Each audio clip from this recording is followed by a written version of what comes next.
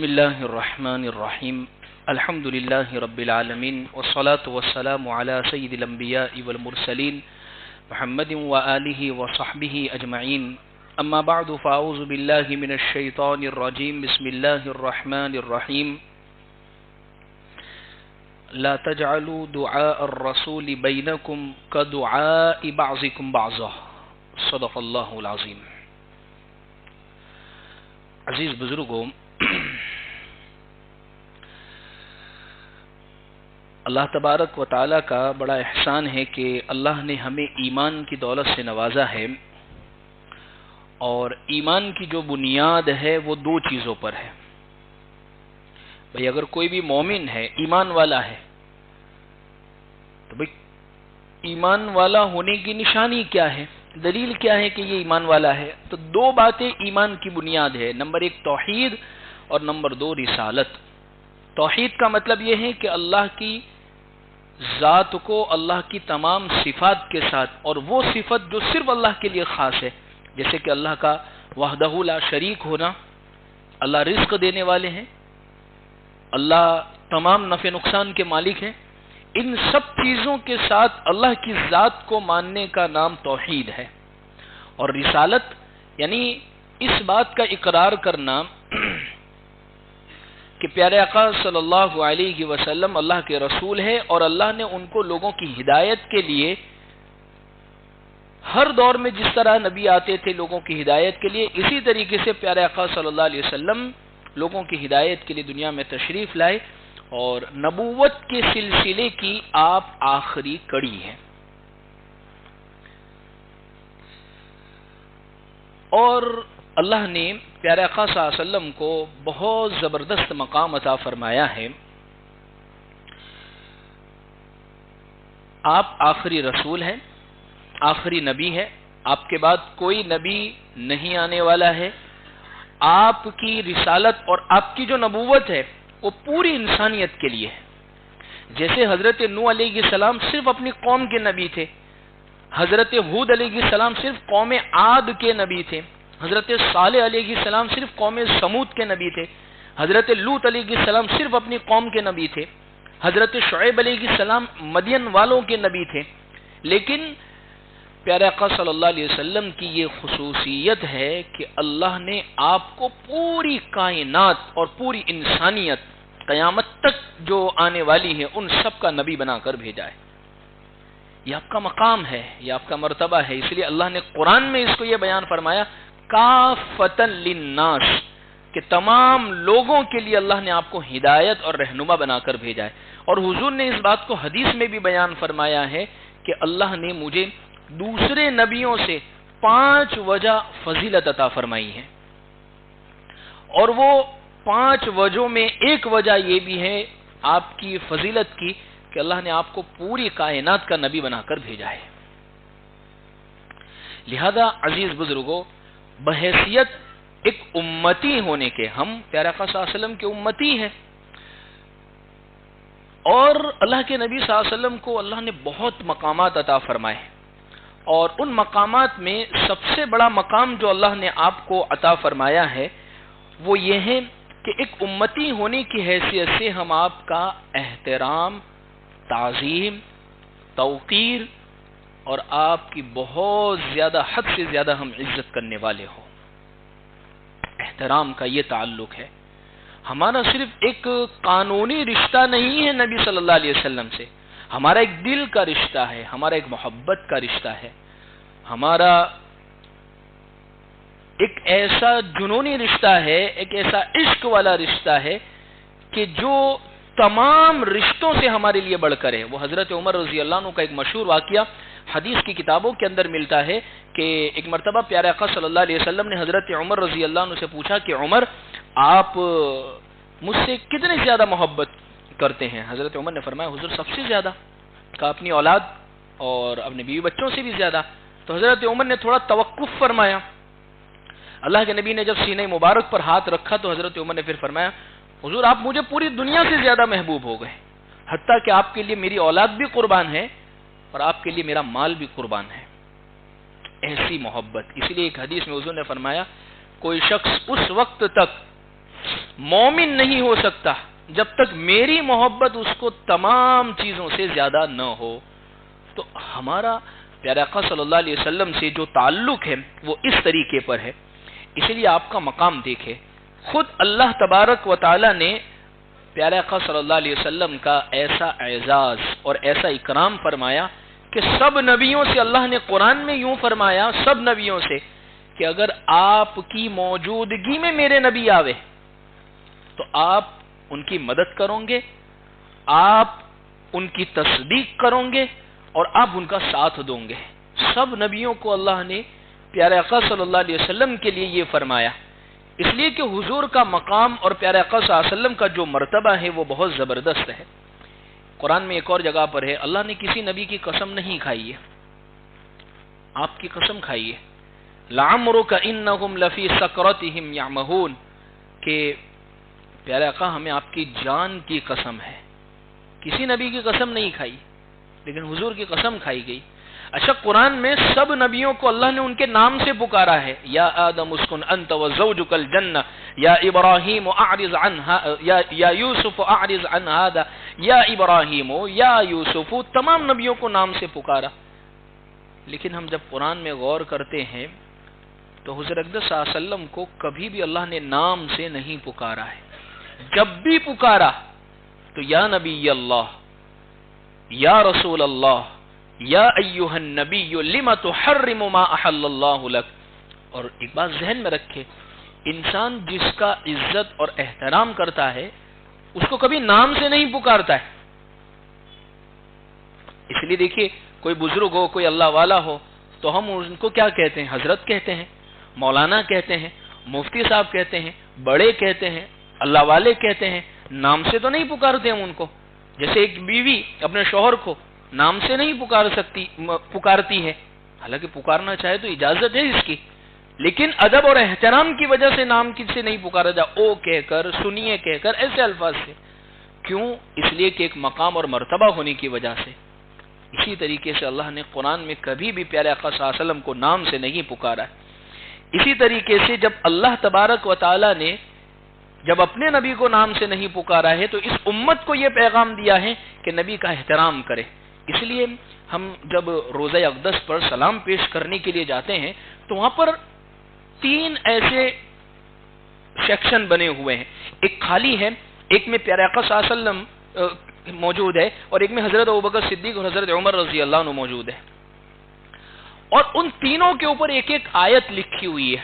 اسی میں سے ایک آیت یہ بھی لکھی ہوئی ہے کہ لا تجعلوا دعاء الرسول بینکم کدعاء بعضکم بعضا، کہ تم نبی صلی اللہ علیہ وسلم کو ایسے مت پکارو جیسے آپس میں ایک دوسرے کو پکارتے ہو۔ بھئی ہم کسی کو پکار، اے عبداللہ سنو، اے یاسین سنو، اے عبد الرحمن سنو، تو ہم ایک دوسروں کو آپس میں ایسے، حضور کو ایسے پکارنے سے بھی منع کیا گیا۔ عظمت اگر دیکھنی ہے اور عظمت اگر سیکھنی ہے، احترام اگر سیکھنا ہے پیارے آقا صلی اللہ علیہ وسلم کا، تو ہم صحابہ کرام سے سیکھیں۔ کیسا احترام حضور صلی اللہ علیہ وسلم کو عطا فرماتے تھے۔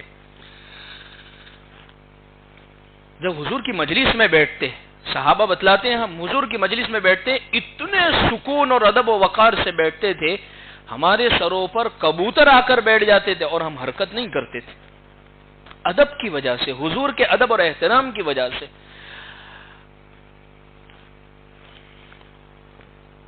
ایک موقع ہے، غالباً ایک شخص مشرکین مکہ کا، وہ حضور سے ملنے کے لیے آ رہا ہے اور کچھ بات کرنی ہے، اور حضور اپنے صحابہ میں موجود ہے۔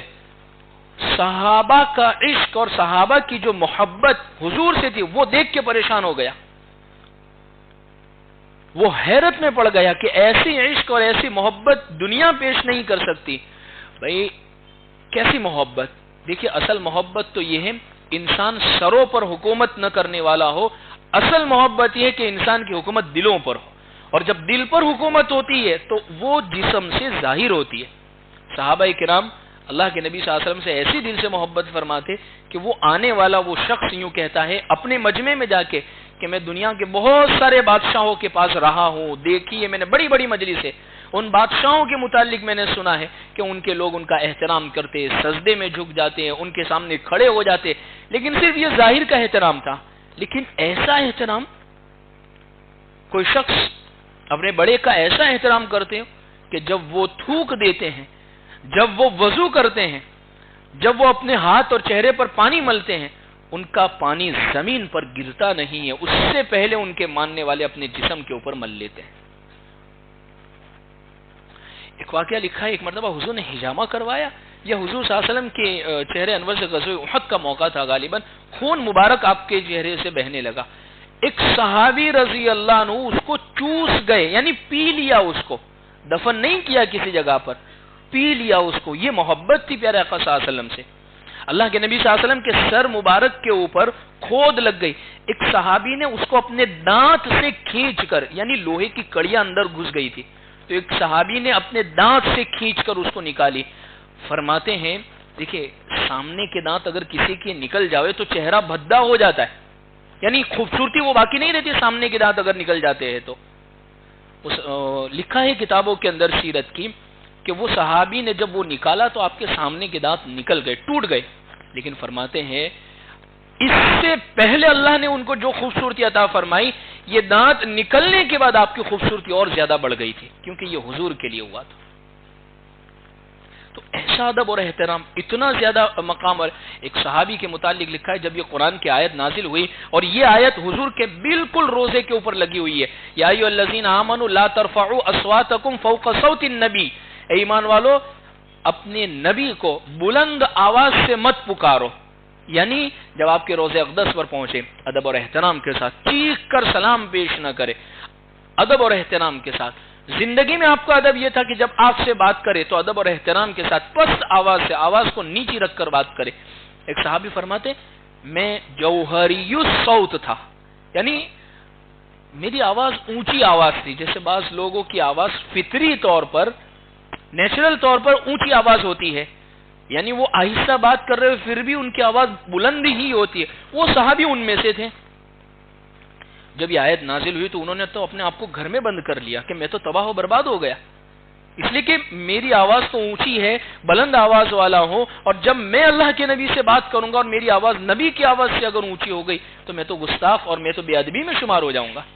حضور نے پوچھا کہ بھئی وہ نظر نہیں آ رہے، تو صحابہ نے بتلایا کہ دراصل ان کا یہ مسئلہ ہوا ہے، انہوں نے اپنے آپ کو بند کر لیا ہے۔ حضور نے فرمایا ان کو بلا کر انت لست منہم، آپ ان لوگوں میں سے نہیں ہیں، دراصل ادب اور مقام کا جو تعلق ہے وہ دل کے ساتھ ہے، ادب اور مقام کا جو تعلق ہے وہ انسان کے اندرون کے ساتھ ہے۔ آپ بلا جھجک مجھ سے بات کیجئے، لیکن میں اس آیت سے بتلانا یہ چاہ رہا ہوں ان واقعات سے کہ ادب اور احترام دیکھیں۔ حضرت ابو محذورہ رضی اللہ عنہ حضور کے مؤذن جو تھے، مؤذن اذان دینے والے، جیسے سفر حضر کے ہر موقع پر جو اذان دینے والے تھے وہ حضرت بلال، ہم مؤذن رسول ہی سے ان کو جانتے، لیکن ایک صحابی ہیں حضرت ابو محذورہ، ان کے متعلق لکھا ہے کہ اللہ کے نبی صلی اللہ علیہ وسلم نے ان کو جب اذان سکھائی تو ان کے سر پر ہاتھ رکھ کر اذان سکھائی۔ تو صحابی فرماتے میں ہمیشہ جب اپنے بال کٹواتا تو دوسری سب جگہ کے کٹوا لیتا، لیکن آگے کے بال میں کبھی بھی نہیں کٹواتا، اس لیے کہ یہاں پر میرے نبی نے ہاتھ رکھا تھا۔ محبت، پیارے آقا صلی اللہ علیہ وسلم سے محبت کی میں یہ بات کر رہا ہوں، ایسے کئی واقعات عشق رسول کے حدیث کی کتابوں کے اندر موجود ہیں۔ تو الغرض عزیز بزرگوں، کہنے کا ماحصل یہی ہے، خلاصہ یہی ہے کہ اللہ کے نبی صلی اللہ علیہ وسلم کا ادب اور احترام ایسا جیسا صحابہ کو ہوتا تھا، بلکہ لکھا ہے کتابوں میں جب اللہ کے نبی صلی اللہ علیہ وسلم کوئی بات ارشاد فرماتے، جیسے ہوتا ہے نا بعض مرتبہ بھائی باپ کوئی بات کہہ رہا ہے، بڑا کوئی بات کہہ رہا ہے، ہمارا کوئی بزرگ کوئی بات کہہ رہا ہے، اور وہ بات ہم پہلے سے جانتے ہیں، ہمیں پتہ ہے کہ اس کا جواب کیا ہے، ہم تو کہتے ہیں ہاں یہ خبر ہم نے پڑھا ہے۔ صحابہ کبھی بھی یہ نہیں کہتے تھے، وہ جاننے کے باوجود اگر ان کو معلوم ہوتی بات پھر بھی وہ یوں کہتے اللہ و رسولہ اعلم۔ حجۃ الوداع کا موقع ہے، اللہ کے نبی صلی اللہ علیہ وسلم پوچھ رہے یہ کون سا دن ہے؟ کیا سب صحابہ کو معلوم نہیں تھا کہ 10 ذو الحجہ کا دن ہے؟ لیکن اس کے باوجود صحابہ کا جواب اللہ و رسولہ اعلم، اللہ اور اس کے رسول بہتر جانتے۔ حضور پھر پوچھ رہے یہ کون سا مہینہ ہے؟ ذو الحجہ کا 12واں اسلامی مہینہ نہیں تھا، سب کو معلوم ہے، لیکن اس کے باوجود صحابہ فرماتے اللہ و رسول اعلم۔ یہ کیوں تھا؟ یہ 2 وجہ سے تھا، ایک وجہ ادب اور احترام، اور دوسری وجہ اگر ہم بعض مرتبہ کوئی بڑا ہم سے کوئی نصیحت کرے، کوئی بات کہے، چاہے ہم جانتے ہو لیکن اس پر لا علمی یعنی ہمیں علم نہیں ہے ایسا ظاہر کرے، ہو سکتا ہے اللہ ان سے اسی بات میں کوئی ایسی بات ہم سے کہلوا دے جو ہمارے لیے نفع کی ہو اور ہمارے لیے فائدے کی ہو۔ اس لیے کہتے ہیں بڑوں کی، بزرگوں کی نصیحت کو سنتے وقت خاموش رہنا چاہیے، یعنی چپ ہو کر اس کو سننا چاہیے چاہے ہم اس کو جانتے ہوں۔ تو خیر یہ صحابہ کرام کا ادب اور احترام تھا۔ اتنا ہی نہیں، حضور ایسا واقعہ ہوا ہے، ایک مرتبہ اللہ کے نبی صلی اللہ علیہ وسلم کسی جگہ کے اوپر ایک مسئلہ پیش آ گیا تھا، تو وہ حل کرنے کے لیے اللہ کے نبی صلی اللہ علیہ وسلم کسی کے گھر تشریف لے گئے، آنے میں دیری ہو گئی تو صحابہ کرام نے کہا کہ نماز کا وقت نہ نکل جاوے، حضرت ابوبکر صدیق رضی اللہ عنہ موجود تھے، ان کو امام بنا کے آگے کر دیا۔ حضرت ابوبکر صدیق نماز میں کھڑے ہوئے اور نماز چل رہی تھی اور اسی درمیان میں حضور تشریف لے آئے۔ اچھا، حضرت ابوبکر صدیق کی نماز جو ہوتی تھی بہت خشوع خضوع والی، یعنی کسی جگہ آپ متوجہ ہوتے ہی نہیں تھے، کوئی جگہ توجہ نہیں، بس وہ مستقل لگ چکے ہیں اللہ کی لو کے اندر۔ صحابہ کرام نے جب حضور کو دیکھا تو انہوں نے ایسی بات اور ایسی چیز ظاہر کی جس سے حضرت ابوبکر کو علم ہو جاوے کہ حضور تشریف لا چکے ہیں۔ کئی مرتبہ حتیٰ کہ آواز زور سے بڑھ گئی، یعنی آوازیں بلند ہو گئی۔ حضرت ابوبکر صدیق کو بہت دیر بعد اطلاع ہوئی کہ حضور تشریف لائے۔ قربان جائیے، صحابہ کا ادب یہ تھا کہ حضور کی موجودگی میں صحابہ امامت بھی نہیں کرواتے تھے، حضرت ابوبکر صدیق رضی اللہ عنہ پیچھے تشریف لے آئے۔ تو یہ مقام اور یہ مرتبہ ہے پیارے آقا صلی اللہ علیہ وسلم کا۔ تو جس طریقے سے اللہ کے نبی صلی اللہ علیہ وسلم کی توقیر، آپ کی عظمت یہ صحابہ کا جزو ایمان تھی، تو یہ ہمارا بھی تو جزو ایمان ہے، ہمارے بھی تو ایمان کا حصہ ہے، ہماری بھی تو یہ ذمہ داری بنتی ہے کہ پیارے آقا صلی اللہ علیہ وسلم کا ہم ادب اور احترام کریں۔ بھائی کیسے کریں گے ادب اور احترام؟ چند چیزیں ہیں ادب اور احترام کی۔ سب سے پہلی چیز تو یہ ہے کہ جب بھی آپ کا نام مبارک آوے تو درود کے پڑھنے کا اہتمام کریں، درود شریف کے پڑھنے کا اہتمام کرے۔ جیسے بیانات میں ہم سنتے ہیں یا ہمارے تذکروں میں بار بار پیارے آقا صلی اللہ علیہ وسلم کا نام آتا ہے، تو بعض فقہا نے تو یہ لکھا ہے ہر مرتبہ مکمل درود شریف پڑھیں، مکمل پورا درود شریف۔ اگر نہیں پڑھ سکتے تو کم سے کم اتنا صلی اللہ علیہ وسلم ضرور پڑھیں۔ اتنا ہی نہیں، حضور نے فرمایا اگر کوئی میرا نام سن کر بھی مجھ پر درود نہیں بھیجتا ہے تو سب سے بڑا بخیل ہے اور سب سے بڑا کنجوس ہے۔ اتنا ہی نہیں، وہ رمضان والی جو روایت ہے، حضور صلی اللہ علیہ وسلم کی ممبر والی جو روایت ہے، حضرت جبرائیل علیہ السلام بددعا دے رہے ایسے شخص کو کہ حضور کا نام سننے کے باوجود اگر کوئی درود نہیں پڑھتا ہے تو حضرت جبرائیل علیہ السلام فرماتے کہ وہ ہلاک ہو جائے، حضور فرماتے آمین۔ تو یہ ایک تو یہ ہے کہ جب بھی آپ کا نام مبارک آوے تو ہم درود کے پڑھنے کا اہتمام کریں۔ فقہا نے لکھا ہے، ابھی کل عصر کے بعد ہی غالباً ہم نے فضائل اعمال میں یہ بات پڑھی ہے، ادر شیخ نے لکھی ہے، فقہا کی باتوں سے یہ بات لکھی ہے کہ لکھتے وقت یعنی حضور کا جب نام ہم لکھ رہے ہیں تو اس جگہ پر بھی صلی اللہ علیہ وسلم پورا لکھے یا درود وہاں پر بھی پورا لکھے، لکھنے میں بھی صرف صاد یا صاد لام عین میم صرف اتنا لکھ دینا۔ بعض فقہا نے اس کو بھی بے ادبی قرار دیا ہے، یعنی وہ اس بات کو پسند ہی نہیں کرتے کہ حضور کا نام چاہے بولنے میں آوے چاہے لکھنے میں آوے، ہر جگہ پر درود کے پڑھنے کا ہم اہتمام کریں خاص طور پر۔ اسی لیے احترام نبوی کا تقاضا، سب سے پہلے نبی کے احترام کا تقاضا، ادب کا تقاضا، آپ کا نام آوے تو ادب اور احترام کے ساتھ درود پڑھے۔ دوسرا تقاضا یہ ہے آپ کے احترام کا، بھئی اللہ آپ کا احترام فرماتے ہیں، فرشتے آپ کا ادب اور احترام فرماتے ہیں، صحابہ آپ کا ادب اور احترام فرماتے ہیں، کائنات کی تمام مخلوق آپ کا ادب اور احترام فرماتی ہے، تو ہم پیارے آقا صلی اللہ علیہ وسلم کا احترام نہ فرمائیں؟ تو احترام کا دوسرا تقاضا یہ ہے آپ کی سنتوں پر عمل کیا جاوے۔ اور یہ جو جس دور میں ہم چل رہے ہیں، ابھی صبح میں اپنے استاد محترم سے مل کر آیا، وہ اپنے شیخ اور ایک بہت بڑے بزرگ کے حوالے سے یہ بات ارشاد فرما رہے، اس دور میں سنتوں کا اہتمام اتنا ضروری ہے کہ بہت ساری مرتبہ انسان پر آفات آتی ہے، بلیات آتی ہے، پریشانی آتی ہے، اس کو ایسا لگتا ہے مجھ پر کسی نے کر دیا ہے. ہر آدمی ہر تھوڑے تھوڑے دن میں اس میں مبتلا ہو جاتا ہے.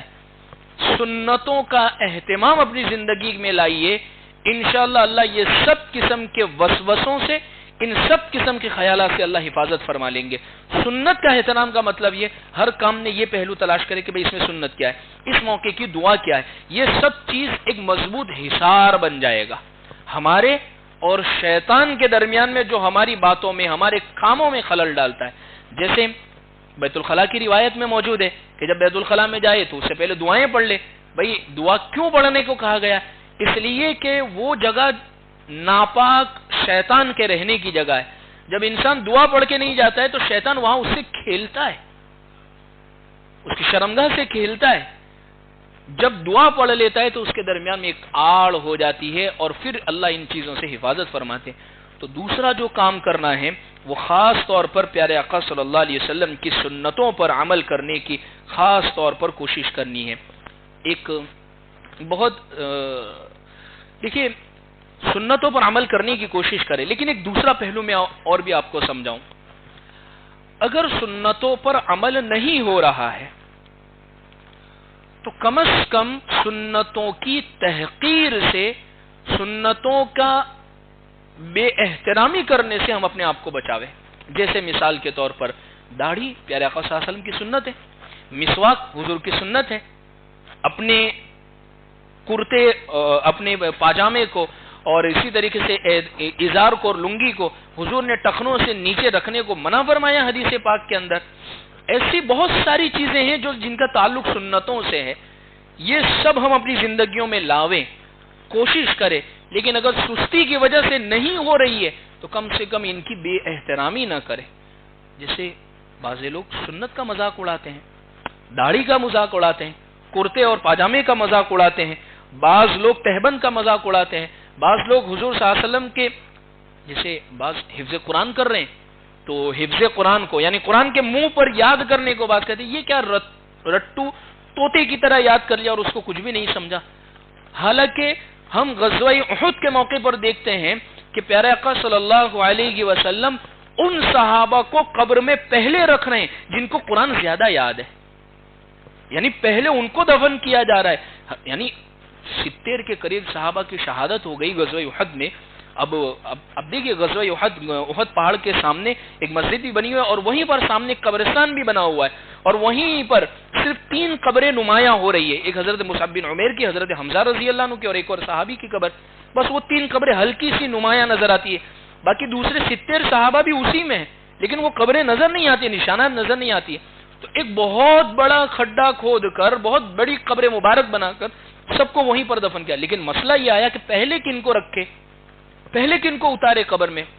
تو حضور نے پوچھا صحابہ سے ان میں سب سے زیادہ قرآن کن کو یاد ہے؟ تو فرمایا یہ فلاں صحابی ہے، ان کو سب سے زیادہ قرآن یاد ہے. تو حضور نے پہلے ان کو قبر کے اندر اتارا، پھر پوچھا پھر ان سے کم ان کو، اس طریقے پر. تو حضور صلی اللہ علیہ وسلم نے قرآن کے حفظ کرنے والے کی یہ فضیلت اور یہاں قرآن کا یہ مذاق اڑا کر یہ خالی رٹنے سے کیا ہوگا اگر سمجھنا نہیں ہے. بھائی سمجھنا بھی چاہیے لیکن اگر کوئی رٹ کے یاد بھی کر لیتا ہے تو یہ بھی فضیلت کی چیز ہے. تو میں یہ بات سمجھانا چاہ رہا ہوں کہ سنتوں پر ادب اور احترام ہو، سنتوں پر ہم آوے، لیکن اگر کوئی اپنی سستی کی وجہ سے نہیں عمل کر پا رہا ہے تو کم سے کم ان کی بے احترامی سے بچے. اس لیے کہ دیکھیے سنتوں کی بے احترامی یہ دراصل اللہ کے نبی صلی اللہ علیہ وسلم کی بے احترامی ہے.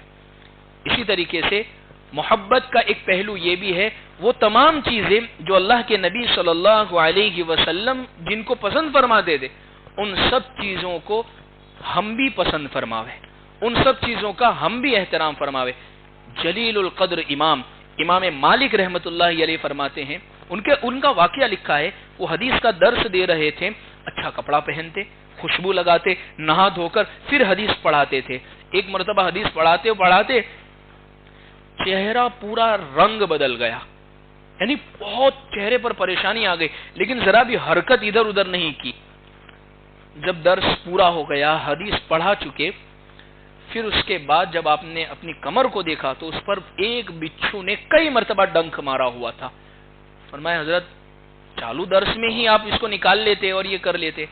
کہا اتنا بڑا درس اور اتنی مبارک حدیث میں پڑھ رہا تھا، اس کی میں نے بے احترامی سمجھی کہ میں اس قسم کی حرکت بیچ میں کر دوں۔ تو یہ عشق تھا، یہ محبت تھا حضور کی باتوں سے اور حضور کے کلام سے اور حضور کی حدیث کے ساتھ۔ تو یہ محبت بھی ہماری زندگی میں ہو۔ اور ایک آخری بات، دیکھیے کسی کا ادب اور احترام کب آئے گا زندگی میں، یہ لازمی چیز ہے۔ بھئی ہم کسی کو کب عزت کی نظر سے، بھئی ہماری اس مسجد میں اتنے سارے نمازی آتے ہیں، مثال کے طور پر کوئی بہت بڑا افسر ہماری مسجد میں کرتا پاجامے میں آ گیا، پینٹ پتلون عام لباس میں آ گیا، تو ہم کوئی عزت نہیں کریں گے۔ لیکن وہی آدمی اپنی وردی میں آیا تو سب دیکھیں گے، اونچے ہو کے دیکھیں گے، ادب رہتا، حضرت یہاں آ جائیے۔ کیوں؟ اس لیے کہ اب اس کو پہچان گئے ہیں کہ یہ اس لیول کا آدمی ہے۔ تو اللہ کے نبی صلی اللہ علیہ وسلم کا ادب، احترام، سنتوں پر عمل، آپ کی تعظیم اسی وقت زندگی میں آئے گی جب آپ کو ہم پہچانیں گے، آپ کی سنتوں پر ہم عمل کریں گے، آپ کی سیرت طیبہ کو ہم پڑھیں گے۔ آج دنیاوی اعتبار سے کوئی شخص کرکٹ میں ماہر ہے، یا کوئی شخص کسی اداکار کو دیکھتا ہے، یا کوئی شخص کسی پولیٹیشین کو دیکھتا ہے، ان تمام کی زندگی سب کے سامنے کہ بھئی یہ اتنی مرتبہ اس نے یہ کام کیا ہے فلاں چیز، لیکن حضور صلی اللہ علیہ وسلم کا گھرانہ ہی ہمیں یاد نہیں ہے، اہل بیت کس کو کہتے وہ ہمیں معلوم نہیں۔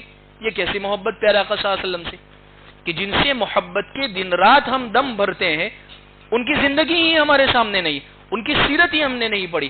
اور ایک اور بات، حضور کی سیرت پڑھے، آتھینٹک اور صحیح اور ایسی کتاب سے پڑھے لکھنے والا خود عشق نبی میں ڈوبا ہوا ہو، ورنہ آج کل مستشرقین یعنی ایسے لوگ جو ظاہر میں اسلام ظاہر کرتے ہیں اور وہ سیرت پر بھی کتابیں، انہوں نے کئی ہزاروں کتابیں ایسی موجود ہیں انہوں نے لکھی ہے، جیسے آج کل یوٹیوب پر بہت سارے لوگ دیکھ لیتے ہیں سیرت کو اور کسی کتاب کو، عام کتاب کو پڑھ لی ایسے ہی، لیکن لکھنے والے نے بہت اچھی سیرت کھول کے بیان کی ہے، لیکن بیچ میں انڈر لائن 2-3 نقطے اور شوشے ایسے داخل کر دیے جو حضور کی عزت اور عظمت کے اوپر ہلکا سا وہ نقطہ لگا دیتا ہے۔